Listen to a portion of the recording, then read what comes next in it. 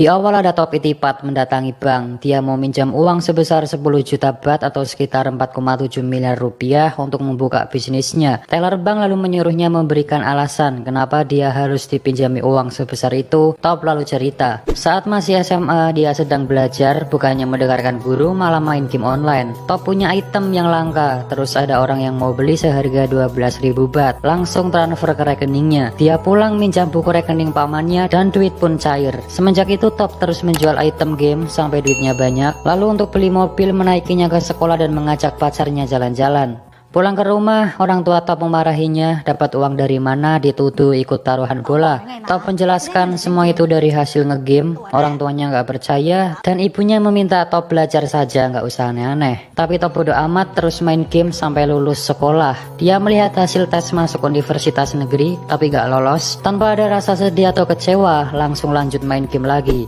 Singkatnya dia beli PS dan DVD player. Pulang ke rumah, orang tuanya memarahi Top karena nggak lolos tes masuk PTN. Tapi Top meyakinkan orang tuanya masuk PTS nggak apa-apa, sama aja. Ayahnya marah karena cuma ingin Top kuliah di PTN, karena di PTS itu biayanya mahal guys. Ayah ibunya pun berdebat masalah keuangan untuk nanti kuliah Top. Top di kamar melihat sisa tabungannya menipis dan akun gamenya juga keblokir karena kedeteksi untuk komersil. Dia bingung lalu melihat DVD player yang tadi dibeli. Top kemudian kembali ke toko untuk membeli banyak DVD player. Dia menawarnya sampai deal dan nanti akan dijual kembali. Di rumah, Top menunjukkan DVD player ke Pak Aman dan ibunya, tapi saat dinyalakan ternyata itu barang rusak guys. Dia kembali ke toko ngomel-ngomel ke penjualnya minta garansi pengembalian uang, tapi nggak ada karena itu DVD player bajakan, kalau rusak ya beli baru. Top marah karena nggak diberitahu dari awal lalu membanting ke atas etalase sampai pecah. Penjual marah menampar Top, dia mau dipukul tapi langsung lari terbirit-birit. Top pulang sambil manyun, lalu melihat ayahnya jalan kaki, ia nyuruh masuk mobil. Ayahnya bilang bisnis itu nggak gampang, jangankan anak kecil, orang dewasa saja banyak yang gagal. Dan menyuruh Top lanjut kuliah dimanapun terserah sambil memberikan uang, tapi Top menolaknya guys. Malam harinya dia mengambil jimat ayahnya dan dijual 100.000 baht. Uang itu digunakan untuk masuk PTS. Singkatnya Top sudah masuk kuliah, tapi saat di kelas dia nggak mendengarkan, malah menyuruh temannya ngerekam suara dosen mengajar dan keluar kelas. Dia pergi ke tempat pameran mesin, lalu melihat mesin penggoreng kacang otomatis. Kata salesnya mesin itu belum ada yang punya di Thailand. Mendengar itu Top langsung semangat ingin membeli mesin itu padahal harganya mahal. Di rumah Top dimarahi lagi karena membawa mesin itu, tapi Top bilang hanya menyewa seharga 50.000 baht. Top lalu bertanya-tanya ke penjual kacang goreng bagaimana cara membuat kacang goreng yang benar, lalu mencatatnya. Sedangkan temannya di kampus menelepon Top suruh masuk tapi nggak diangkat. Top sudah mendapatkan resep membuat kacang goreng yang enak. Ia menyuruh pamannya mencicipi, ke ibunya juga, dan kacangnya enak guys. Top langsung mencari tempat jualan di mall. Dia bersama pamannya dengan semangat membawa gerobak dan kacang ke tempat jualan. Saat mall dibuka ramai orang tapi nggak ada yang beli. Pamannya sudah teriak-teriak juga nggak ada yang beli. Mereka terus berusaha agar ada yang beli. Top di pasar nganter pacarnya belanja. Dia mengamati orang jualan gimana caranya biar ada pembeli. Top langsung mencatat kata bonus lalu diskon. Saat ngobrol dengan pacarnya, Pak Mantop menelepon bilang dagangannya nggak laku. Sudah melakukan apapun tapi tetap nggak ada yang beli. Saat menunggu pacarnya di depan toilet, Top melihat orang minta sumbangan dan di situ banyak yang memberi. Dia langsung berpikir, ternyata tempat juga berpengaruh agar ramai yang datang. Top langsung meminta pindah tempat karena sebelumnya banyak saingan. Dia pun boleh pindah di pintu masuk mall. Saat di kelas sedang ujian, dia kebingungan mengerjakan soal. Lalu teleponnya berbunyi, Top langsung mengambil HP-nya dan minta izin ke pengawas untuk mengangkat. Tapi nggak boleh, nanti bisa dianggap berbuat curang, lebih baik dimatikan. Tanpa pikir panjang, dia langsung keluar kelas memilih mengangkat teleponnya daripada ikut ujian. Ternyata pamannya yang nelpon bilang dagangannya laris. Top langsung membawa kacang lagi. Benar saja, ramai pembeli sampai kekurangan kacang. Top lalu bilang ke pamannya akan buka cabang lagi. Dia buka cabang dan sudah punya karyawan guys. Saat itu juga pacar Top datang bilang intinya kuliah dulu baru nanti kerja demi masa depan kita. Tapi Top cuma diem. Besoknya Top masih bandel gak masuk kuliah dan ditelepon temannya dia dipanggil dosen karena terancam mau dikeluarkan.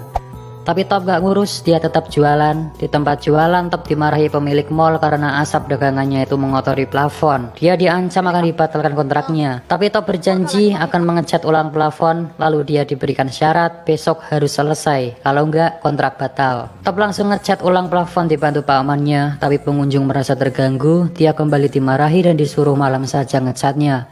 Malam harinya Top kembali ngecat, sekarang dibantu ibunya. Satpam datang bilang mall mau ditutup. Top bilang sedikit lagi, si satpam masih nggak boleh, sudah waktunya tutup, nanti bisa kena sanksi. Top langsung ngambil uang untuk nyuap si satpam. Satpam menatap ibu Top dan menyuruh anaknya diajari kejujuran serta tanggung jawab. Uang dikembalikan lalu menyuruhnya segera pergi. Top jalan keluar sambil marah karena target pekerjaannya gak tercapai. Ibunya pun menenangkan sambil bilang ikut saja ibu ke Cina. Karena orang tuanya Top mau pindah ke Cina dan mulai hidup baru guys. Mendengar itu Top tambah marah karena gak diajak bicara sebelumnya. Top bilang nanti pasti bisa, cuma butuh waktu untuk bangkit. Ibunya nangis dan Top kembali meyakinkan akan berusaha keras untuk membantu keluarga. Besoknya Top foto untuk paspor, tapi dia nggak fokus, melamun, dan saat mau difoto dia milih pergi. Dia menemui orang tuanya, bilang nggak bisa ikut ke Cina. Mau tetap di sini, akan bekerja keras dan berjanji akan mengembalikan orang tuanya ke Thailand.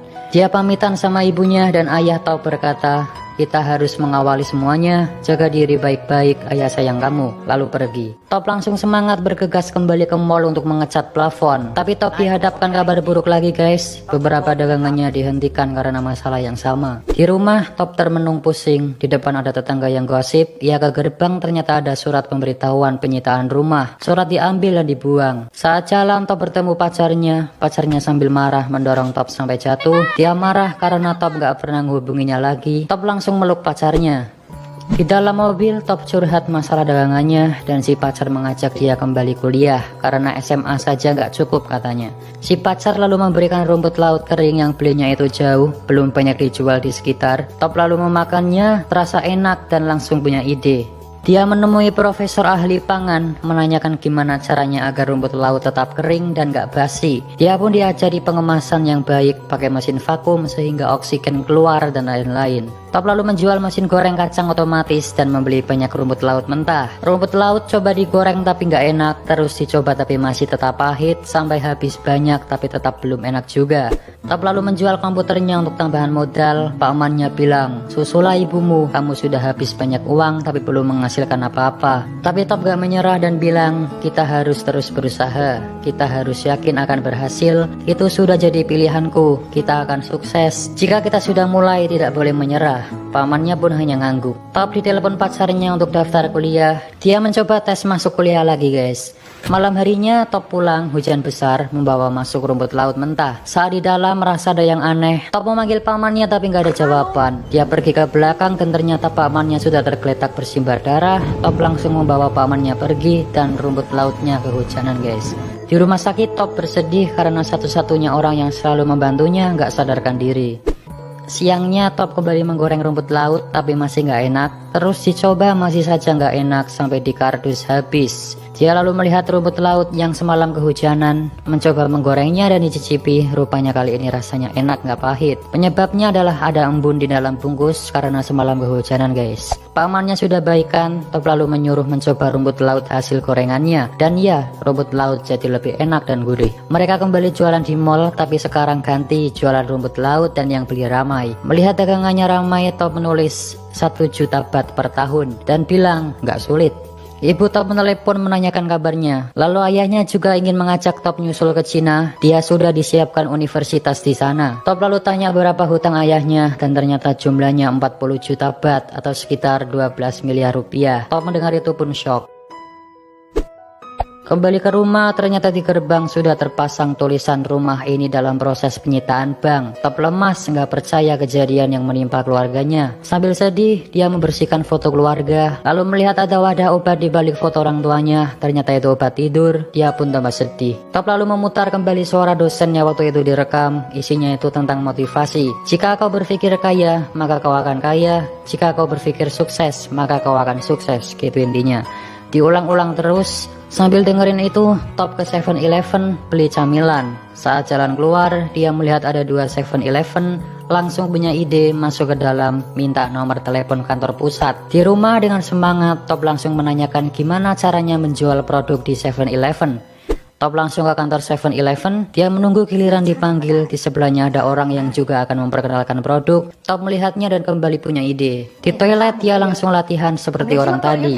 Top kembali menunggu sampai orang tadi sudah selesai, dan ternyata direktur ada rapat. Dia kembali disuruh menunggu lagi. Top menunggu sampai sore, direktur pun datang. Dia diberikan kartu nama dan disuruh meninggalkan produk. Nanti akan dicek karena direktur masih ada rapat. Tapi Top minta 10 menit saja untuk menjelaskan produknya. Produk diberikan ternyata belum layak dijual guys, karena kemasannya kebesaran dan kurang menarik, harganya juga kemahalan. Produknya ditolak. Top kembali ke rumah sambil lesu, ada pacarnya menunggu. Dia marah karena waktu itu Top cuma daftar kuliah tapi hasilnya nggak masuk. Pacarnya pun menasihatinya harus kuliah, itu kok keinginan orang tua. Jadi pacarnya ini sangat ingin Top kuliah, kalau nggak kuliah nggak akan sukses gitu intinya guys. Si pacar juga bilang jika butuh uang dia bisa minta orang tuanya untuk bantu. Karena Top ini orangnya nggak suka minta-minta. Dia pun marah lalu masuk, kunci gerbang dan meninggalkan pacarnya. Dia pun nangis. Malam harinya Top lusuh lemas, tidur di samping pamannya sambil nangis dan curhat. Dirinya begitu brengsek, pacarnya sungguh mencintai dan mengkhawatirkannya, tapi Top malah membuat kecewa. Pamannya pun menenangkannya. Esok harinya dia masih nggak menyerah, langsung pergi ke tempat cetak kemasan, menyuruh membuatkan desain yang bagus untuk produknya. Dia minta nama produk diganti yang bagus, tapi kata si pria, nama produknya sudah bagus, Tao Kainoi, artinya pengusaha muda. Singkat cerita, produknya sudah jadi sesuai omongan direktur dan kembali ke kantor 7-Eleven. Tapi ternyata direktur jadwalnya sangat padat. Top nggak apa-apa, dia akan menunggu. Dari siang sampai setengah 4, sampai ketiduran, sampai sore pun direktur gak keluar, padahal mondar-mandir guys. Top merasa nggak ditanggepin, akhirnya pergi. Di lift dia memberikan produknya ke satpam dan pergi. Top pergi, si direkturnya keluar nyari Top. Dia bersedih merasa gagal dengan tujuannya dan menelepon ibunya bilang akan menyusul ke Cina. Di lift ada karyawan melihat produk Top, dia tertarik dan mengambilnya, memberikan ke resepsionis, memakannya dengan lahap, dan memberikan ke koleganya karena rumput laut itu sangat enak guys. Ibunya Top bilang, ibu akan selalu mendukung Top, jangan menyerah, kamu akan memiliki masa depan yang indah. Si direktur masuk ke lift dan lihat produk Top sisa 1, dia sepertinya tertarik. Top dipanggil ke kantor guys, produknya diterima tapi ada syaratnya. Dia harus membuat 72.000 bungkus dan mengirimkannya ke 6.000 cabang 7-Eleven. Juga harus dicek kebersihan pabrik tempat produksi. Jika syarat terpenuhi, produknya diterima sepenuhnya. Top pun setuju. Di rumah dia kebingungan gimana caranya bikin 72.000 bungkus dan dimana dia harus menunjukkan pabriknya, sedangkan dia nggak punya pabrik. Nah kembali ke awal tadi guys, ternyata dia ke bank mau pinjam uang 10 juta baht itu buat bikin pabrik dan rekrut karyawan. Teller bank melihat dokumen Top, ternyata umurnya masih 19 tahun. Top dipuji masih muda, sangat bersemangat, bagus. Tapi bank gak bisa meminjamkan uang karena belum cukup umur. Dan keluarga Top juga punya hutang 40 juta baht. Dia pun cuma diem. Di mobil Top sedih, lalu menyalakan musik dengan keras dan teriak kencang di dalam.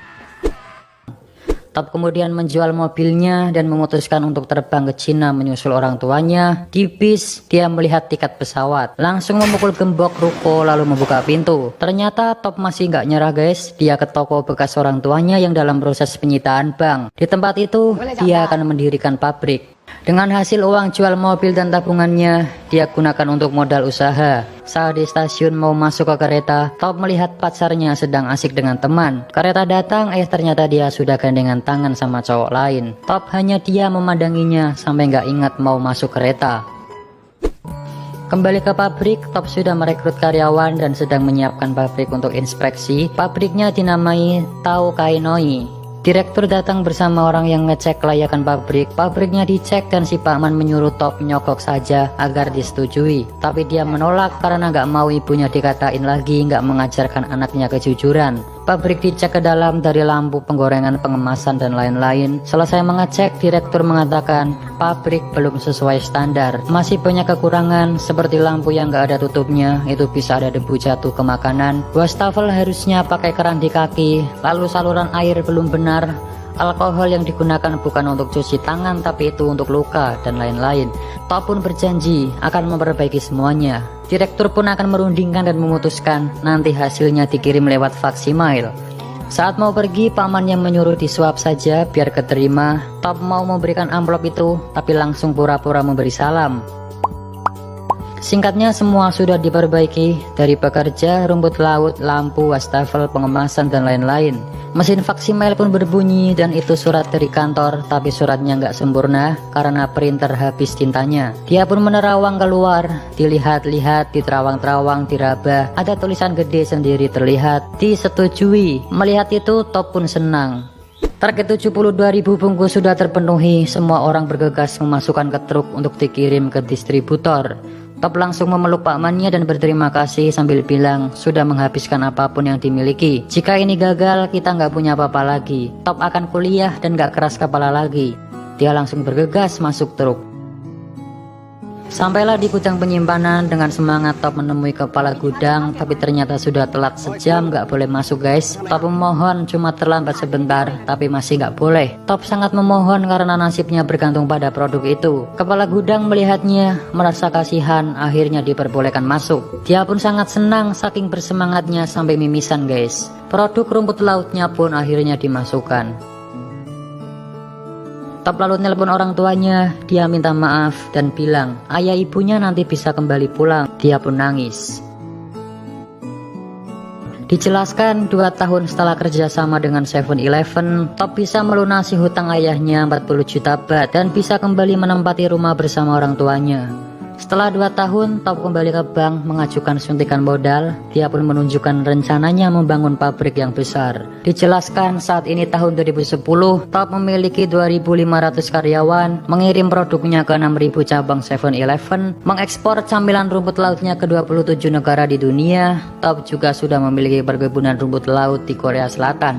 Pendapatan Top tahun 2010 sebesar 1.500 juta baht atau 450 miliar rupiah.